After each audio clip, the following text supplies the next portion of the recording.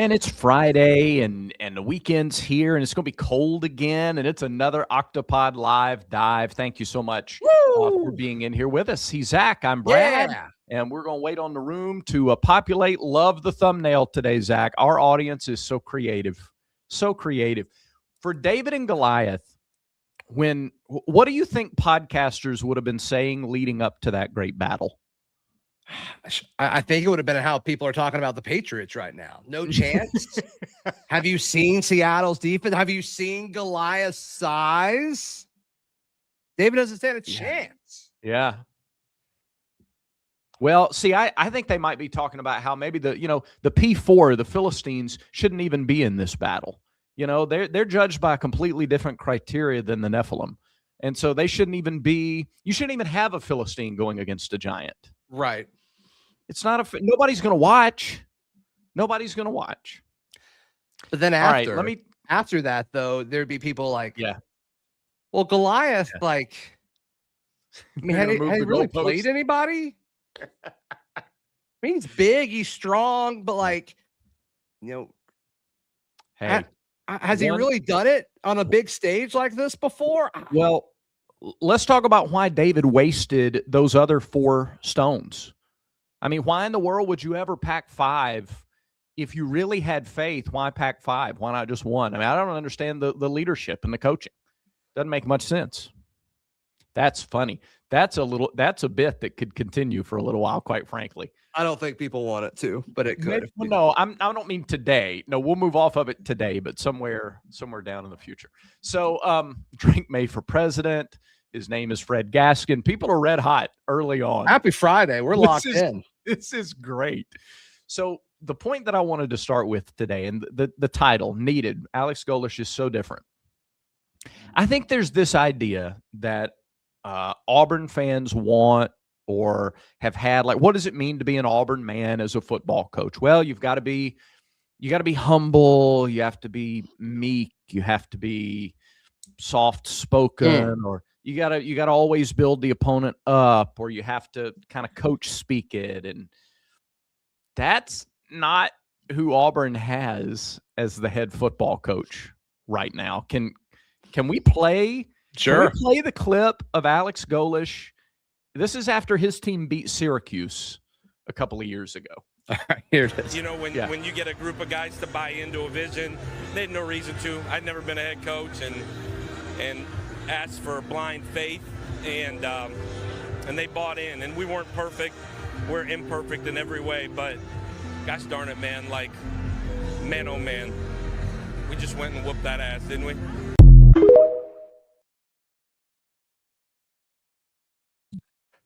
Can you imagine if he says that here? That will be memed and gifed to oblivion. Yeah. Yeah. Can you imagine if you beat Florida convincingly, or Vanderbilt, like one of those early games convincingly? And because it sounded like he was going down that road initially. It sounded like, man, we're not perfect. And we asked these guys to believe. And Finn is like, yep. All right, cool. We've heard it. Great. All right. Yep. Yeah. And then, and then the punch to the sternum right there at the end. And there's other stuff too, Zach. Like there's when Tom Herman and FAU kind of ran it up on him the year before. And then the next year they ran the score up and scored late to do it against FAU. And the handshake at midfield was. Oh, right. Yeah. Give me all of that.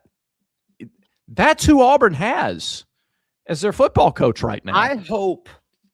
I hope he doesn't lose that, though. I hope that it's like, okay, when you're at a smaller school and you're not in the SEC, like you could be a little edgy. Mm-hmm.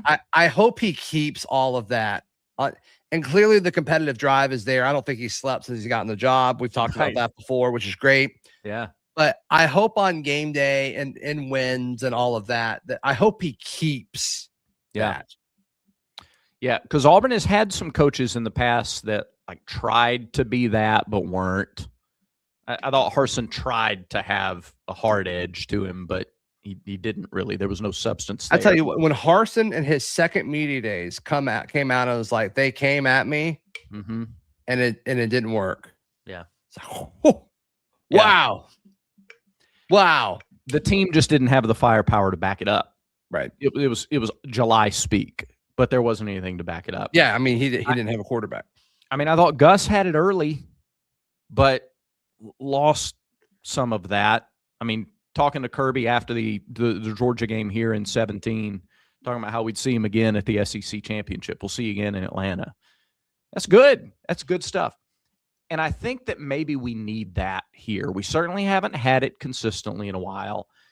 And if Alex Golesh has the teams that can back it up, I don't think you will see it fade. I think that's kind of who he is. So fun. Gosh, that'd be so fun. Can you imagine? Like, allow yourself. It's the end of January, for goodness sakes. Allow yourself to imagine Auburn's just beaten some team 45-13, and he gives you a little attitude in the postgame interview. That's fun. That'd be electric. Yeah. This fan base wants that so bad. Yeah. Because we've been the doormat for everybody for the last 5 years. Yeah. And we can't really say anything back because they're right. Yeah. We've stunk. And because that hasn't happened at Auburn in a long time. Right. People are getting in their shot. Yeah. Yeah. So, and there's not much. So when it is time to talk back, whether that's this year, next year, whatever, I think he's going to do it. A lot of people have talked about his interview in Mobile where he was asked about the Charles Bediako situation. And he goes on, and it was very much like that clip that we just played. He goes on for a little while, and it's, it's the thing is, we got to figure out. And then when he started, it was like, would you believe me if I told you like I hadn't been following it? Yeah. It's like, no, I wouldn't believe you at all, actually. And then he works in, How'd it work out for them last weekend? Well, and then the media down there's like, oh, they won last night. He's like, they're very quick to do their job and make sure to balance it. Sure. They did a good job doing that. Yeah, the Alabama media machine. Like, well, they won last night. They won last night. Okay. Right. He asked how it worked for him last weekend. So, I think that's who Auburn has as its head coach. Daryl Dappridge, fan 05. Bradlaw, can you make Auburn football great again? I'm tired. He apparently played. I talked to Hunter Bussey of the Barn this morning. Apparently, he and Daryl Dappridge, fan 05, played like video games together last night. So he is a real person. Okay. Well, sure. I figured he was a real person. Daryl has fans. I wasn't positive. Yeah. I wasn't positive. AI has gotten really good. It really has. That's a good point. As today's thumbnail will show you. That's not AI. Guys, throw questions our way. That's kind of what, by the way, if you're new to the Octopod Live Dive, if you have questions, we'll mention them. I did see somebody mention this earlier that I wanted to put out there. And on a serious note, Lou Holtz has entered hospice care at the age of 89. Oh, no. Yes. So that's not a bit. I'm not going to make fun of that. I'm not like. No, that's terrible. It is. You talk about an icon. Yep. Somebody who's made the sport that we all love better. That's awful. Nobody lives forever. It's going to catch us. Life catches up to you eventually. Time is undefeated. But that's something we wanted to at least acknowledge today. And if we don't do any like zany Lou Holtz stuff today, probably hold off on that. Yeah, that would be why. Probably hold off on that. All right, so NH Barn Booster, yes, he's getting in early today. Wow, thank you. I expect him to say that from that clip when we start winning. Come on. I'm glad there's not as much interviews compared to previous head coaches whose names I will not say. All for Alex. Y'all know you guys are awesome. Y'all know you guys are awesome? There's a question mark. Thank you, NH Barn Booster. Man, what a great way to start. Love the confidence. Love the energy. I think that's the kind of. What if the fan base develops that? We used to have it. Yeah. What if that gets reintroduced to the fan base? Yeah, like when we start winning. Yeah. Where you're not waiting on every game to turn. When you don't have a 10-point lead and wonder when the other shoe is going to drop. That'll be a great day. Right. That'd be huge. What about David versus Golesh? I love the names. $5 super chat from David versus Golesh. Are there particular officiating crews that think we are stupid? Yes. Of course there are. Yes. I think we saw it Wednesday night. They struggled Wednesday night. It's just too fast for them. And it's not a they got this call wrong thing. It was a feel of the game thing. They didn't take control of the game. It got testy early. It got chippy early.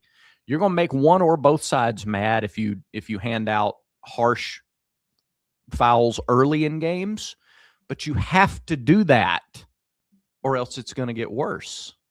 And it did. It got progressively worse throughout the game. There was just no control over it. Them elbowing Tahad and Tahad getting called with the fouls. Like that was one of the more unbelievable calls I've seen. Yeah. And at this point in the season, Vokatitis has a reputation for flopping. He looks like one of those wild, like those Airstream, not Airstream, but those inflatables. That's what it looks like playing ball. My kids call that ketchup man because they're usually like red. Yeah. Ketchup man. Look like ketchup man out there. Mm-hmm. And at this point in the season, that there's scouting reports. And even if you're an official and you're working 5 games a week, you can still do your scouting report on the players and the teams and know what you're getting into in order to do your job the best possible way. All right. I like this question by Mark Rigby.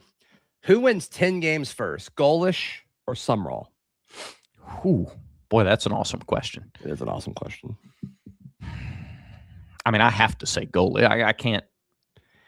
Yeah, I think it's really close. I think the odds are pretty similar. So why not say Golesh? Who's got the better chance to do it this year? Golesh. Yeah. I haven't even looked at Florida's football schedule, but. Well, we got a better quarterback. Right. Yeah. I don't care about the schedule. In this context, when you're talking about 5% chance or whatever, maybe a little higher, but I don't think it's much higher than that. Like when you talk absolute potential ceiling dream for a minute, the quarterback's impact matters so much. And Byron Brown is better than whoever Florida starts. That's my thought there. I agree. That's a good thought. They're going to be tied together for a long time. Golesh and Sumrall. Oh, yeah. It's like quarterbacks who get drafted in the same class. It's like they're tied together. I think that's going to be kind of fun to see that competition happen. Yeah. I agree. Did you watch any of the thing Florida put together for Sumrall, like his first few days on the job and his first meeting with the team and all of that? No, I didn't. Okay. Nope. All right. Okay. Biggest takeaway was what? The rival first? He gave an intense first speech to the team. I mean, stuff like that. You've seen it. Got it. You've seen it once. You've seen it a dozen times. Yeah, I'm over the intense speeches. I'm just over. Here's a question. Yeah. Barn Booster, who beats a rival first, Golesh or Sumrall? Is Florida's rival Georgia in this question? It's probably Florida State. I've got to think he's talking about Florida State. That's just too obvious of a question, though, right? That Florida is going to be more likely to beat Florida State early on than Auburn's going to be to beating Bama. Yeah, both go on the road, I think. I think that game's in Tallahassee this year. Yeah, it's in Tallahassee. So both guys go on the road to FSU. The answer to that is Florida then, just because FSU is not as good as Alabama. Yeah. Okay. If it's Georgia, though, let's say it's Georgia. No. Which team beats Georgia first? Who beats Georgia first, Golesh or Sumrall? I would say Golesh beats Georgia first. Yeah. Yeah, I tend to think so too. But but again, does that happen this year in Athens? It's gonna be tough. Are you just looking at me till I do it? Floppy Toppy says, I want to hear Bradford say my name. Floppy Toppy said, say my name, say my name. You're acting kind of shady. Ain't calling me baby. K-Mike. Coach Go is an offensive-minded version of Pat Dye. He work and results speak for him.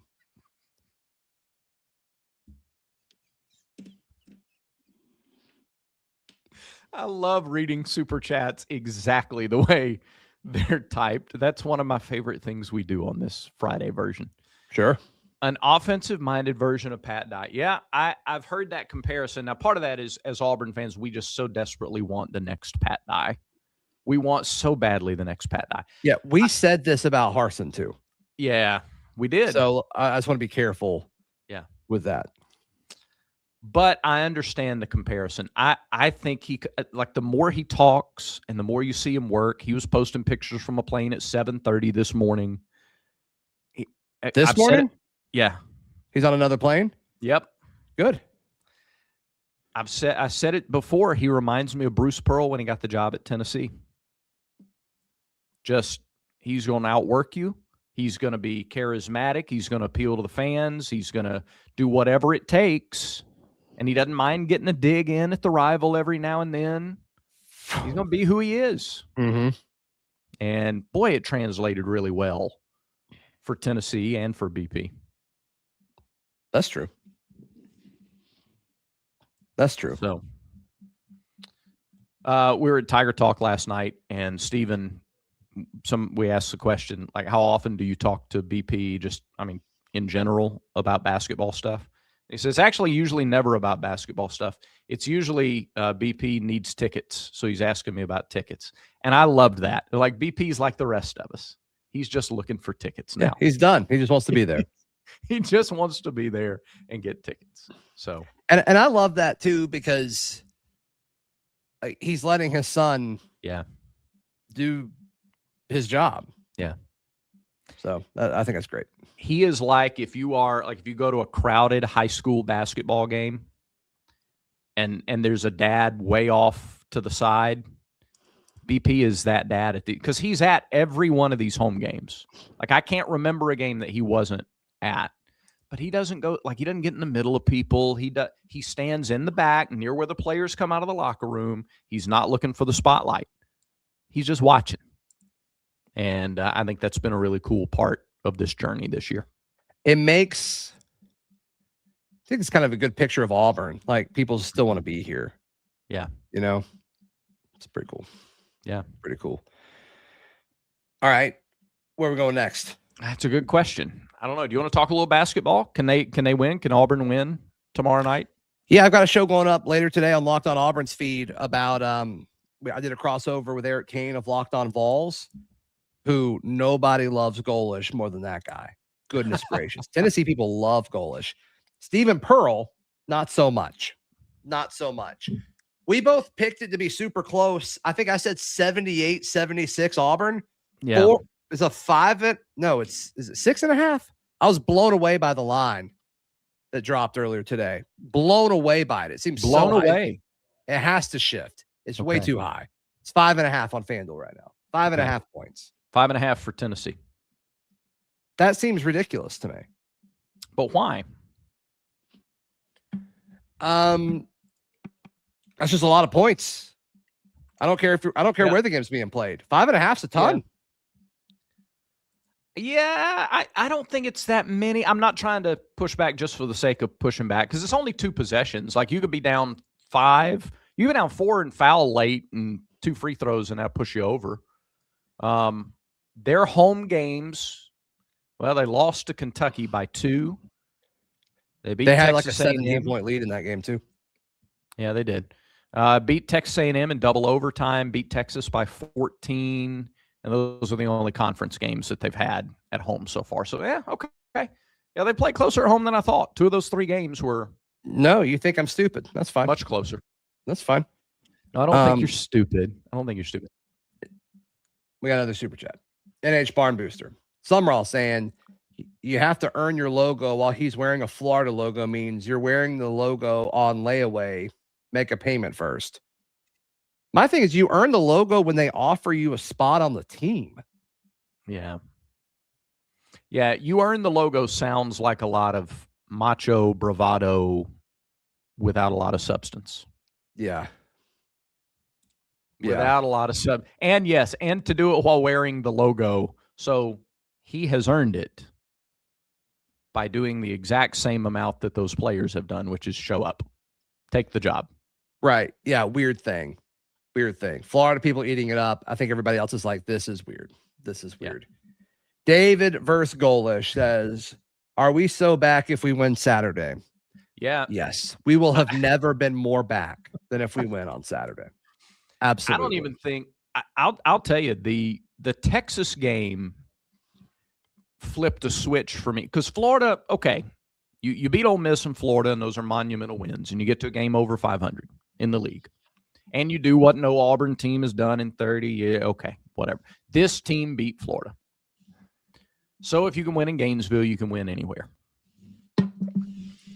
But then to come back and win Wednesday the way they won against a good Texas team shows that they have learned how to respond from losses and they've learned how to respond after wins. So regardless of what happens tomorrow in Knoxville, I think this team is destined for one of the top spots in the conference. Yeah, I mean, you're definitely in the driver's seat for a top 4 seed in the SEC tournament if you win tomorrow. Brad, do you mind if I ask the live chat for a favor real quick? Do you mind giving me a minute? I don't mind. Could everyone here in the live chat please say one nice thing about Brad Law? That would go a long way. What are you doing? I appreciate that. What are you doing? Why are you doing this? I'm having a good day. I don't need to be built up. What if now we're just waiting. We're just waiting for the comments to come in. Cahaba Cruiser says Golesh should be the first coach to bring back orange jerseys. I want the orange jersey thing to just never I just don't care.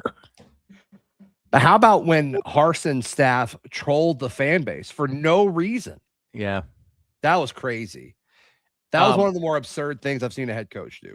I get the sense that you and Golesh are aligned in a lot of ways. And the biggest is just not caring about stuff that doesn't matter. Well, I think he's our theme that comes up. I think he's an important versus interesting guy. Yeah. I think, oh, that's interesting. It's not important. Yeah. All right. Brad is the law.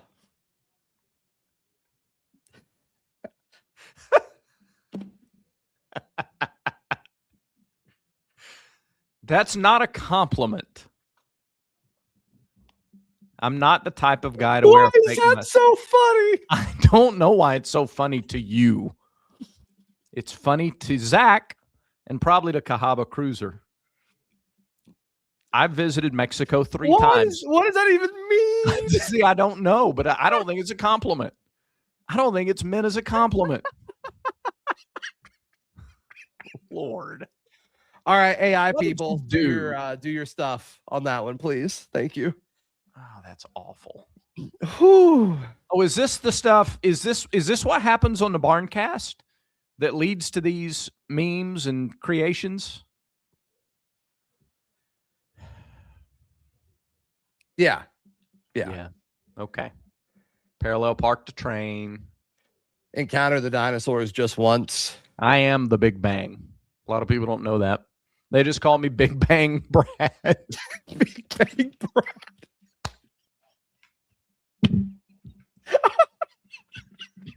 Big Bang Brad. Oh, that's so stupid. Oh my goodness. Here's one from our friend Sam. Brad shows you be balding and still be handsome. Big Bang Brad. Big Bang Brad. I did it. Oh my goodness. I have nobody to blame but myself. I saw a dinosaur joke there. I saw a dinosaur opportunity, went after it. We all have the nicknames in the back of our head that we wish we were called, and you let yours slip out for a second, and that's okay. That's okay. All right. Thank goodness we have a super chat. Okay. So yeah, get us off of this. Thank you, Ballhead Mike. Ballhead Mike saving the day. Ballhead Mike bailing out Big Bang Brad. Should Auburn try to convince Xavier Miller to return JUCO, then 3 years P4? Think he'd be a massive get. So my assumption with the Too Tall Miller thing is if he could come back, I don't know why the staff wouldn't want Too Tall on the roster. Yeah. I've heard mixed stuff on this. I would love Too Tall to come back. I think that'd be great. I think he'd be the favorite to start at right tackle. Yeah. But I don't know how much of that's real and how much of that's just chatter. I can't. I've seen conflicting info there, but Ballhead Mike. Yeah, I don't think it's a convincing thing. I think it's a question of can he actually come back or not, because there's kind of conflicting reports there. Yeah. And should Auburn try to get aggressive in the court system? Because you've seen some other, you've seen cases where schools are suing or at least appealing, and they're going through the legal system to do it. Mm-hmm. Is Auburn in a position where they could do that with Too Tall? I don't know. Yeah, I think we should just sue the NCAA over all of our players. That'd be awesome. Sure. Well, what are they going to do? Recent history shows not much. Right. Well, and the other question I have is, were any of the other tackles brought in under the premise that Too Tall wasn't coming back? Does that cause any kind of disruption? If maybe that's a good question. So, boy, that affected the texts and other messages in a way I didn't see coming. That killed me. Yeah. You have an animal fact for the day? Nope, I sure don't. It's Friday, bro. Well, yeah, that's part of it. Well, I kind of feel like we had moved on from there, but You didn't feel that. Let you me didn't get feel that at all. I did. Did we strike gold with the first few? Sure. Have they been as good since then? No. Right. But I think people still like them. But you know what? Nobody in the comments asked for an animal fact through the first 27 minutes. You had to bring it up. Sam Hancock. Tiger animal fact. I need a tiger animal. Now, I don't think the chat should have authority over the animal you choose. Sorry, Sam. I think it's a little aggressive. No, I think it's a little aggressive. I got one. Okay. Okay. When they hatch, baby octopuses are smaller than your pinky finger. Did you know that? Right there. Baby octopus. Okay. Baby octopus is smaller than that. Do you think lengthwise? No, I think the whole thing fits right there on the tip of your pinky finger. The tip? The tip. Just the tip. Zach. Yes. Of the pinky finger is what we're talking about. Yes. Just the tip of the pinky finger. Okay. Correct. Got it. That's your octopus fact of the day. NH Barn Booster says, need a fact about Auburn sports that nobody knows. This has got to be you. This is your moment. You've been waiting for this your whole life. Ready, set, go. Not with that little lead time. Not with that little lead time. Can't do it. Okay. Got it. NH will work on that. Yeah, I for sure will. How about his name is Fred Gaskin? People know that? People do know that. I think it's been our worst Friday show. It's been our least prepared Friday show. Yeah, I thought the Golesh wanting the skull drag people would go farther than it did. And well, Frank, here's what I thought. I thought we'd get about 8-9 minutes of life out of that. And by then there would be so many other questions. Like an organic thing happening? Yeah. That's cool. Here, I'll ask you questions about the roster. Okay. For a few more minutes. If anybody wants to get any more questions in, let us know. Okay. If you had to predict Auburn's top 3 receivers in receiving yards in 2026, what would you do? Where would you go? Singleton.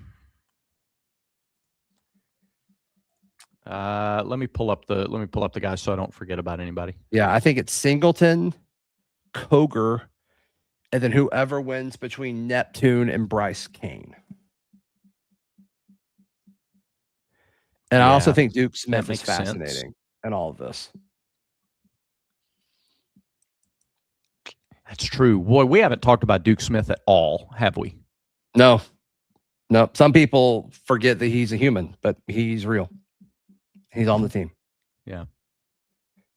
Yeah, that's a good. I'll go with that. I wonder if do they use running backs out of the backfield very much in this offense? Could you see that? But I don't know if you go top 3. Some, and like they throw to the tight end some too, but I don't think it would be top 3 based off of previous teams that he has. Right. Solomon Page with a really good point here. Brad Law's calendar goes straight from March 31st to April 2nd. No one fools Brad Law. So there's no April Fool's Day, is what he's saying for you. That's the point. That's good. That's a good one. Just want to drive that home. Not heard that before. Here's one from David versus Golesh. Boy, how about DVG has brought it today? Is he normally in? Like who? What's your normal name? Like, are you normally in here? I feel like he's got a different name. Yeah. So David versus Golesh. It's the dog with the boxing mitts or whatever. Yeah. All right. Who scores the most runs this baseball season? Give me Chris Rembert. I'll say it has to be Rembert. It has to be. I think he's going to be at the top of the order. I think he gets on base like a machine, has good speed. Other guys behind him, good power. Yeah, give me Chris Rembert as Auburn's leading run scorer. Andrew asks, 1,000-yard rusher this year or not? I'm going to say no. Okay. I think there's a lot of rushing yards thrown around. I think it's split up. I think you may have a few people get over 600. You probably have your leader that's around 800, but I would say no to a 1,000-yard rusher unless one of these running backs just excels and is by far better than the others over the course of the season. Mm-hmm. If Cobb breaks out or if Washington breaks out, but I'm gonna guess that they split it up more this year. I mean, that's why you bring in all those guys, isn't it? Are you bringing in established starters to be fourth team emergency break the glass use guys? They used a ton of. I mean, running back 4 or 5 different running backs got a decent number of carries at South Florida year after year. Right. So, but they're going to run it so many times. I think we gave the stat yesterday or the day before that over the last 5 years, whether it's the OC at Tennessee or the head coach at USF, the fewest rushing attempts they had in a year was 492. I mean, there's a lot of running attempts. Yeah, 492 is that's more than 490. Right. That's correct. So, exactly. I mean, it's almost 500. It's when you take postseason into account, it's almost 40 a game. That's significant. Yeah, and then last year at South Florida, Byram was the leading rusher on the team by a pretty sizable margin. Mm-hmm. Then Davenport was second in rushing, but I don't think they're going to rush Brown as much in the SEC. I'm sure there'll be some games where they have to out of necessity and how the game evolves and game plan, but I think you're going to see more handoffs to the backs, and I think you kind of see I think you'll see a nice balance. So there we go. Yeah. All right. Who is Auburn football's single game record holder for receptions? Who has the most receptions in a game in Auburn football history? I had a name pop up instantly. Yeah. But I'm thinking if there could be anybody else.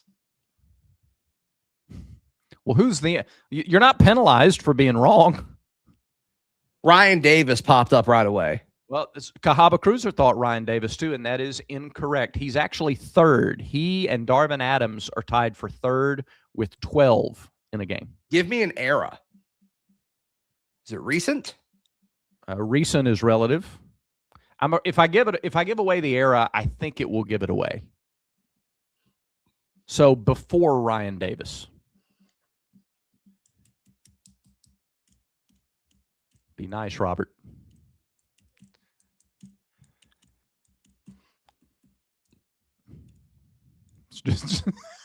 I don't know. Who is it?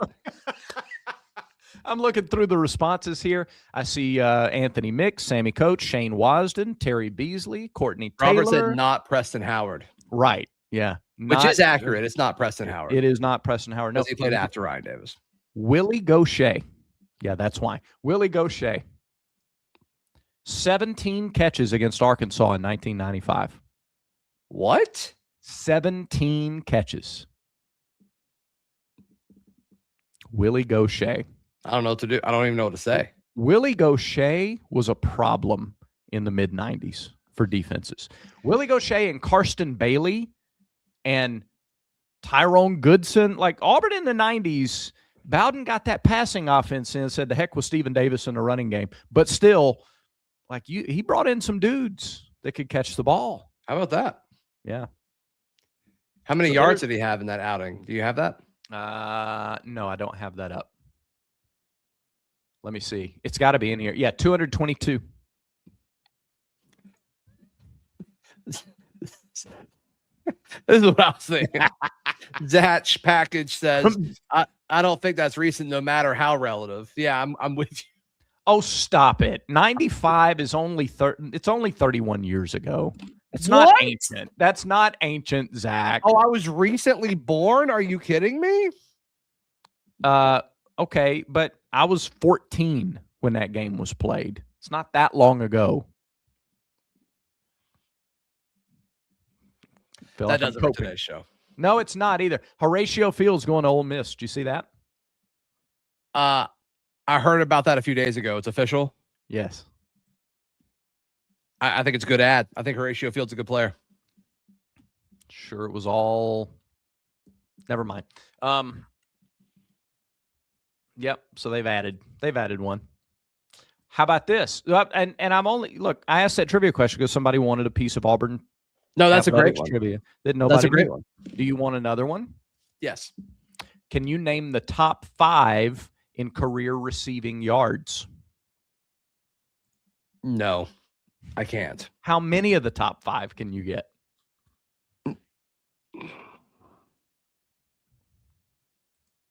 Just throw them out. Throw out some names. Ronnie Daniels. I think only one of because they only played 2 years, so no. Courtney Taylor. Yes, he's 5th. Only one of these guys is recent in your definition of recent. Seth Williams is on there, right? Seth Williams is 4th. Is that the recent one? Yeah.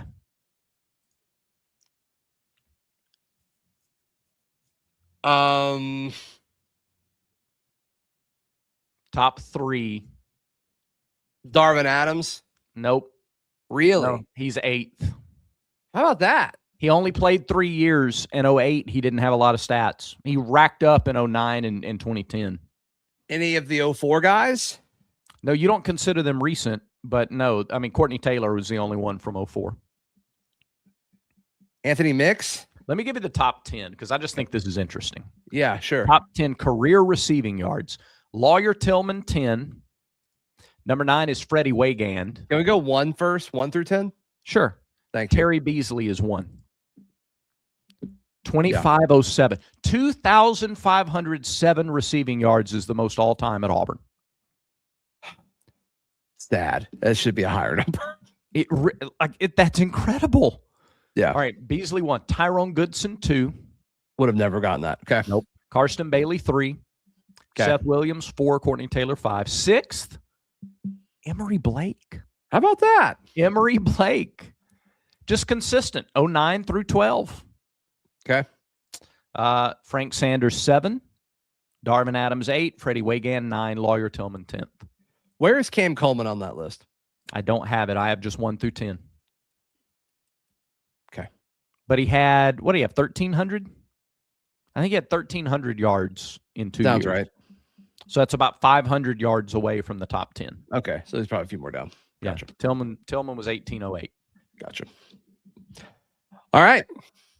Does that do it for today's show now? I think that does it for today. Scale 1 to 10. Let us know how bad the show was. 1 being awful. So thanks everybody for sticking around for it and waiting to see if it would get better. Remember until next time,